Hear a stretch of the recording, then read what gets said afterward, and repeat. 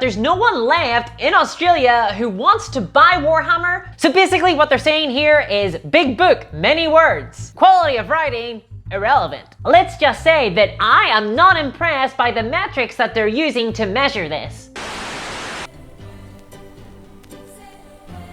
Mistress, it's time. The report is ready to be released by your command. Fine. Give me 1 moment. Release it now. Excellent. What did you do there? Oh, I just sold off all my Games Workshop stock. Didn't you sell yours? No, why? I thought things were better than ever. Did you read the report? No. Oh. Hey everyone, my name is Discourse, and today let's talk about Games Workshop's late big old Christmas present. No, it's not Christmas Battle Forces, which you can totally still buy. There's still a lot of them out there, and actually that might be something that we talk about today. Because that's right, the present I'm referring to is Games Workshop's annual report for 2021. And if you were a Games Workshop stockholder, well, I'm sorry for your loss. Because anyone who has been following Games Workshop stock knows that the day it released, the stock dropped 12%. And this is on the back of a long steady decline in the stock price for GW. And for a lot of people, this might be surprising. Games Workshop seem to be killing it lately. Just a year ago, they were riding high like they could do no wrong. And the company as a whole was being heaped with lavish praise from many mainstream outlets. But well, the reality is that over the last year, Games Workshop stock has dropped from their original highs by 30%. And this 2021 report reveals some fundamental issues with the business model of Games Workshop and demonstrates business decisions that have failed to capitalize on the successes that Games Workshop originally made from COVID. I've been covering this story for a while, and I will continue to do so subscribe to the channel if you want to keep up. And I have read the entirety of the 2021 annual report. And I gotta be honest, I'm concerned for Games Workshop. There are some really worrying signs that they have learned no lessons over 2021, and that actually things might just be getting worse and more predatory. For example, did you love the pre-order guarantee from Games Workshop? Well, too bad, sucks to be you. As much as they love to brag about it, Games Workshop are thinking of getting rid of it. That's right, Games Workshop are contemplating going back to the good old days of scalpers buying everything up in the first minute. I mean, ultimately, that's fine for them, right? So long as it sells. And look, that's just the start. Let's go back to the bad old days. Let's go back to good old bad days. What was that, less than a year and they're already forgetting the lessons of Cursed City? Yeah, I think things might be getting worse indeed. So let's talk about why this report has me so worried and has also made shareholders collectively lose their shit. Well, one major headline that I've clawed out of this report will have stockholders clutching their Nurgle plushies in fear. Because Games Workshop are getting absolutely slaughtered down under. Even Games Workshop in the report acknowledged that it's pretty bad. Sales by GW directly are down 33% down there. That's lower than sales in 2016. So much for the COVID jump. Big oof. Now, Games Workshop blamed these lack of sales on their stores being closed, but well, that's bullshit. Games Workshop sales peaked at 2020 when their stores were closed, but also their high street retail stores have never been a major source of income for them. But aside from that, sales on their online storefront are also down, though independent store sales are up slightly. Maybe that's because they can offer some form of discount. A more likely explanation for this drop, in my opinion, is that Games Workshop have reached the saturation point of the Australian marketplace. And what I mean by that is that there's no one left in Australia who wants to buy Warhammer who hasn't already. Or at least the numbers of new players coming into the hobby are so low as to be negligible. And the reason they have likely hit this saturation point in Australia already is because the prices of Games Workshop products in Australia are so high as to be mostly unaffordable. Seriously, anyone who isn't in Australia and watching now, have you ever actually seen the prices of GW products in Australia, the heavy intercessors are £35 in the UK, which is really expensive. But in Australia, they're 105 Australian dollar dues, which works out to be around £70. Crikey! That's double the price. Yikes. No wonder sales are down. Who the hell can afford that? No, not you, Kevin Roundtree. I still don't know what he looks like. And this theory tracks with the fact that only independent stores are making more sales right now. People are trying to get the biggest discount they can. You know, because otherwise they can't afford the miniatures. I couldn't afford those prices at all. But this is only a theory on my end. Maybe some Australians in the comments can enlighten us all. But that's Australia, a specific marketplace. How is everything generally been going? Well, in terms of cash money, dollar bills, y'all. Brexit has impacted the company. Games Workshop are down £15.1 million that are owed to them from other European countries. And they've paid around £5.6 million more in costs because of Brexit. And not to mention, costs overall across the board are up. But Brexit isn't the only factor they're dealing with. Because even more worrying, their core business is down £28.3 million compared to the same period in 2020. That is not an insubstantial decrease. Quite the opposite. It's quite a lot. It's loads in fact. Now, they are seeing some growth, which in a vacuum is okay, but compared to 2020, it's not great. And most of the growth that they are seeing is from their non-core business, aka their licensing. So they're making more money from video games, comics, and candles? But less from their miniatures. Which isn't a great trade in my opinion, but I suppose I am biased. I play Warhammer, not Yankee Candle duels. And this points to a broader narrative that I think is true, which is that people are interested in the Warhammer IP, but they're not buying into the core Warhammer products anymore. That is to say, they're not buying miniatures. Not as much as 2020 anyway. So why? Well, the truth is, Games Workshop did not earn their success during the pandemic. They were handed it. It's like they stumbled across the finish line of a race they didn't know was on. We saw a huge amount of consumers return to the brand during a very unique event. Very unique. Hard to get across how specific this situation was. Games Workshop didn't change any of their marketing or pricing or anything really. The surge in their success was due to external factors. A lot of people, including Games Workshop, were taken off guard by the growth. This is what I like to call the sloth model of success. You essentially hope that food wanders into your mouth, whereas I have to go to a supermarket and find it. Damn those lazy sloths! But regardless, whether it was earned or not, this growth surge was an opportunity for Games Workshop. They could have taken a huge group of returning hobbyists and rolled out the red carpet to capture this market and get them reinvested in the hobby ecosystem, to transform them into long-term customers in a brave new world. Unfortunately, Games Workshop did everything but that. We saw some of the biggest scandals happen during 2020. We had Curse City, the NDA leak, the community IP clampdown, and more. But critically, we also saw price rises at a time when loads of new people were just getting into the hobby. Imagine that, you're just getting into Warhammer as a treat, as a lifeline to deal with an existentially frightening situation. Or you know, something to do while you're working from home. Sure hope my boss doesn't see this. It's 2:45 in the afternoon on a weekday. And as you're just getting into it, you think to yourself, wow, this is pretty expensive. But you know, you need something to do or else you'll go utterly crazy. So you buy in. You pay the pretty high amount, but you get a bunch of toys and some paints and you're ready to play, ready to hobby properly. And you start thinking about your next batch of purchases. And then you see all the prices are going up. They were already bad enough, but now they're getting worse. Yeesh.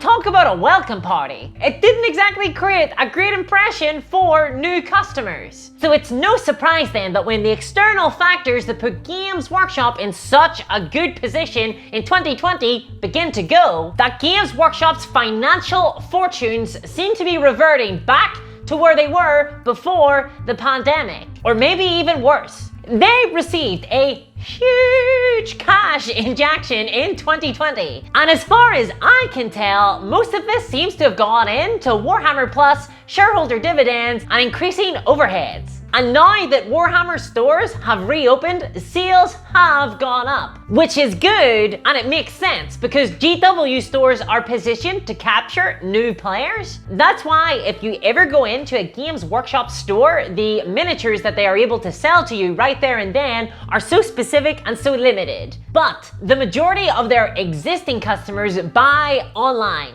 and Games Workshop actually lost a tenth of their online sales. That's really bad, and it's downplayed significantly by this report. It's buried pretty deep in there, but it's absolutely huge. The trajectory of retail is buying more online, not less. Games Workshop blamed this fall in sales on independent stores. But one, independent stores aren't doing so hot right now, and they've also always been around, so it's kind of weird to blame them for a downfall in sales just for this year. Didn't seem to hurt them in 2020. And two, if prices in Warhammer stores were better, people wouldn't shop around so much. This reeks of an excuse to me, especially when they're pumping a load of money into a web store redesign. Don't forget to keep your old foes section in there, GW. And honestly, there's not any great indication that independent stores are doing any better this year. But I hope they are. I hope people are shopping at more independent stores. It's better for consumers like us if there's a strong network of third-party independent stores, like Element Games in the UK or Noble Knight Games in the US, both of which do significant discounts on both miniatures and hobby tools. Go check the prices of your favorite miniatures by clicking in the affiliate links in the description below and help support the channel. You get cheaper miniatures and I get a commission. That's a win-win. But as we saw in Australia, I really feel like GW have hit the ceiling in terms of prices, and the cost of living is raising significantly. GW should know their own costs are up. People just don't have the same amount of income to spend on little tiny miniature men, no matter how much fun they are, or how little small and cute they are, or how much joy they bring, or how much they fill that hole in your soul. People just don't have the same amount of money to spend these days. And you know, if I can't afford a single box of Space Marines, I'm not really gonna get into Warhammer, unless I get a little imaginative. Instead, I'll do something like watch fan animation on YouTube. Nope, never mind. Or just play Total War Warhammer again for the 100th time. And going further, if I could only afford one box of Space Marines a month, I still probably wouldn't get into the game. And as someone who loves to collect, I wouldn't be able to do so. Not at those prices. So why would I put myself under the pressure to buy? That is the hidden cost of relying on wheels and FOMO marketing as your core business. You make yourself look unattractive to those on the margin, the casuals, those who could just about afford to play. And as a result, overall, GW's profit is down £3.4 million, which is the first fall in a while. And if we're only talking about the core business, i.e. miniatures, and we weren't including licensing and royalties as well, it would look a lot worse. A full £19 million worse, in fact. Yeah, that's right. If it wasn't for licensing, Games Workshop would have made £19 million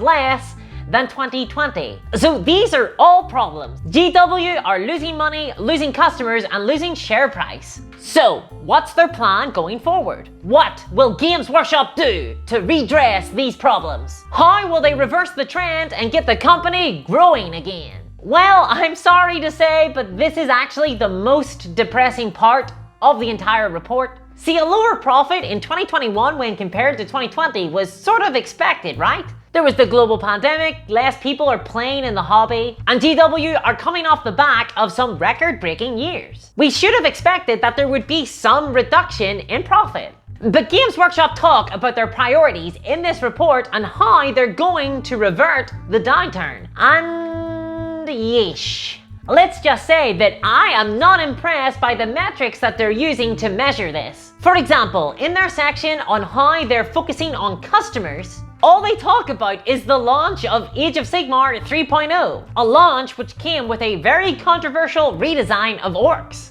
They also boast about the launch of Kill Team, which again came with some controversy. And they brag about the number of people who watched their trailers, which, I mean, doesn't tell us anything, except that people are, generally speaking, kind of interested in the game. And besides, we know that already. It shouldn't be news to Games Workshop that the game could be way more popular. But this increase in interest has not resulted in a proportionate increase in sales. Views of trailers are up, sales are middling. Why? Because the vast majority of people who are watching the trailers are utterly priced out of the hobby. The Warhammer section, at least. And they don't know about the rest. And to some level, GW must know that, because in the very next breath, they talk about the Imperium magazine. And they tell us why it's their best value offering. And the answer is, of course, that it's aimed at new players. The first hit is free, the second will cost you. But the major success of the Imperium magazine and huge growth in subscriptions, no matter where it is, but lower sales growth overall, tells us that the prices of the core products are too high to get the majority of potential players to buy in. This is really bad. Bear in mind that we should be seeing huge growth in sales for Games Workshop right now. They only recently penetrated the US market and the Asian marketplace. So there's way more people that they could be selling to. So why aren't they? And the way things are going, those new virgin marketplaces will soon look like the Australian market. A limp, flaccid, sad little line looking at the ground. And hell, they've already raised the recommended retail price of all their products by 25% across Asia, which they just casually mention in the report like it's no big deal. Do they not get that this is preventing people buying into the game and the overall miniatures hobby? It will die without new players. And the long-term health of the company is in jeopardy if they don't get a grip on this. They can't just rely on the fact that it's Warhammer that people will automatically buy in. The IP isn't that strong. And there's no acknowledgement that this is the case in the report at all. No, instead the next point is that they've been producing more miniatures. Like, sure? I don't want to hurt your feelings, GW, but that sort of is your job. I wouldn't call that exceptional, nor customer focused. It's just the bare minimum of what you're meant to do as a miniatures company. Oh, and then there's this hilarious little nugget. Our epic Horus Heresy novel series is drawing close to its galaxy-changing conclusions. I wonder how it will end. Currently standing at over 7.5 million words, we aren't aware of any more detailed or in-depth story in any sci-fi or fantasy IP around. So basically what they're saying here is big book, many words. Quality of writing, irrelevant. You know, not that this story is good or interesting in any way, just that there's a lot of it. That kind of describes Games Workshop to a T, now that I think about it, doesn't it? Boy, do you want more? Questionable quality be damned, here it is. You've got more miniatures, more books, more choice, more variety. Is it good? Doesn't matter. It's the only thing they can brag about. It's all they have. And so that's it. That is their community focus, apparently. This report neither addresses or acknowledges any major complaints from fans, and it doesn't set out how any of those issues will be resolved. They're not even in the same ballpark. Age of Sigmar, more people watching trailers, producing miniatures, Horus Heresy books. That's it. Yikes. No wonder people are dropping from the hobby. Then they double down in the section of community, where all they say is that more people have read their blog. Okay, sure. And they have this really weird part where they say that they've been reaching more people in social media despite the ever more restrictive algorithms from the big players. What's that about?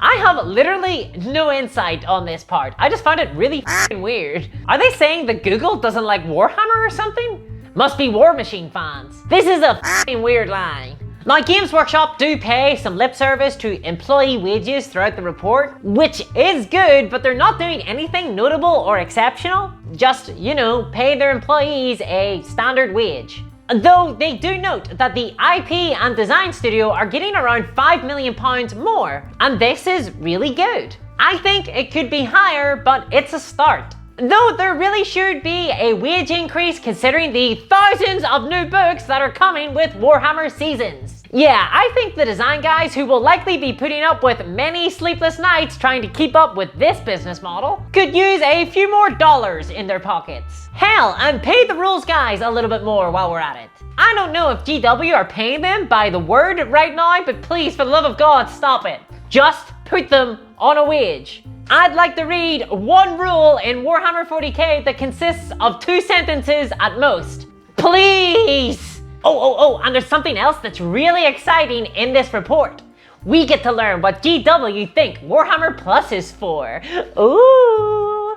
Apparently, they see it as a club for the most discerning fans. Yeah, there's no eye roll big enough in the world to express how dumb this is. So last year they took actions that resulted in massively popular fan content being removed from YouTube. This fan content, of course, acting like huge advertisements for Warhammer and being directly responsible for thousands of new players getting into the game. And then they replaced that with an exclusive club for existing players. I feel like there's a full video on this, but I'll just make 2 quick points here. Firstly, Warhammer Plus and fan content do not overlap. Free animated fan content will entice new players into the game. Apparently Warhammer Plus is for already existing players. The only way to get existing players is to have new players come in. Then you cook them in the oven for a while and lo and behold, they become existing players. So things that target both of these different groups aren't in competition. Secondly, appealing to new players is infinitely better than creating an exclusive club for old players. The game will die without new players. This club offers no additional value. Warhammer Plus should have been free, and those animations made by Games Workshop should be on Netflix right now.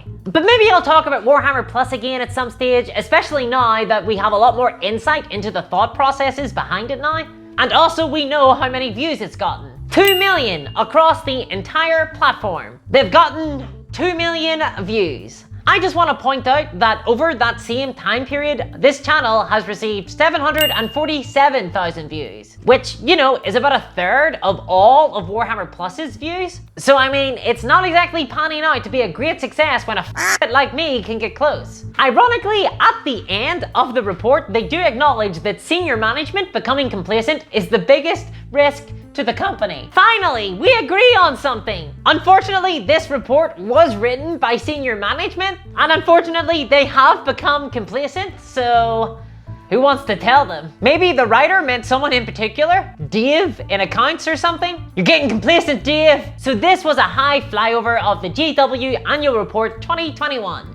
And what a disappointing read it was. I'm sure I'll be carving choice quotes and parts of it for many future videos. But for now, those are the main points that I wanted to hit on. Games Workshop are in trouble, and I know it seems like they're doing really well. After all, there's lots of new miniatures coming out. But as a corporate entity, despite acting like OCP, we will meet each new challenge with the same aggressive attitude. GW are not performing as well as they should be. Mini wargaming can be a lot bigger, but Games Workshop have bungled a huge opportunity here. My disappointment is immeasurable and my day is ruined. Now, there are some encouraging changes that I have seen over the last month, which I have talked about in other videos. So let's see if they can course correct over 2022. I hope they do. They're a big advertisement for the mini wargaming hobby. I just wish they were a better one. And they have improved things in the past, so here's hoping they can do it again. But well, here we are, in the bad old days, all over again. And besides, one of the main takeaways I took from this report are that Games Workshop are maybe dropping the pre-order guarantee that they implemented in 2021. They're just waiting for their operations to get back to normal. So that's hardly encouraging. In fact, it's pretty grim. And this report reflects how important it is to point out the feelings of Games Workshop and the damage that they have done to the mini wargaming hobby as a result. because I'm not convinced that they have learned the right lessons that 2021 should have taught them. And if you want to help my quest in demanding better from the mini wargaming hobby, please consider joining my Patreon at patreon.com/discourseminiatures, where you can get early access to the skits or get access to exclusive rooms in the Discord, or even check out my merch store where a lot of the prices have recently dropped. All of your support is totally appreciated. And a big shout out to my patrons who help this channel, well, exist. And they allow me to dedicate the amount of time that is required to make these types of videos. Because let me tell you, there's a lot that goes on in the background. And I'll catch you next time. Bye bye!